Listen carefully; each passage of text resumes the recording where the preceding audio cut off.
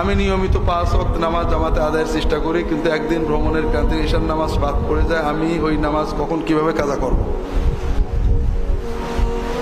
নামাজ কাজা করা আগে একটা প্রশ্ন করি। আপনি দৈনিক 3 বার খান না? একদিন সন্ধ্যার পরে ক্লান্ত হয়ে ঘুমায় পড়েছেন, রাত্রে ডিনার বা রাতের খাওয়াটা কাজা হয়ে গেল, ওটা কখন খাবেন?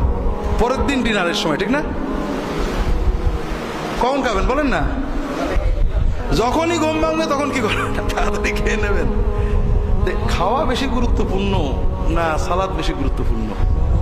এটা হলো এখানের খাওয়ার, আর এটা হলো এখানের খাওয়ার। কাজেই ইমানের দাবি হলো খাওয়া কাজা হবে না যে কোনো ভাবে। আল্লাহ সব তাইসির দিয়েছেন।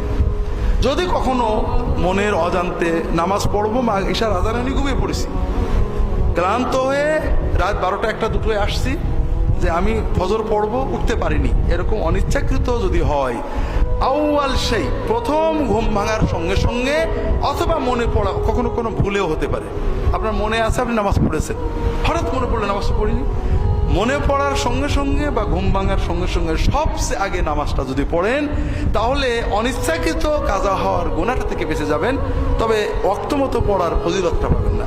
আর যদি মনে হওয়ার পরেও দেরি করেন অথবা উঠার পরও দেরি করেন, তাহলে আরো বড় ভয়ানক গুনাহ আপনার আমলনামায়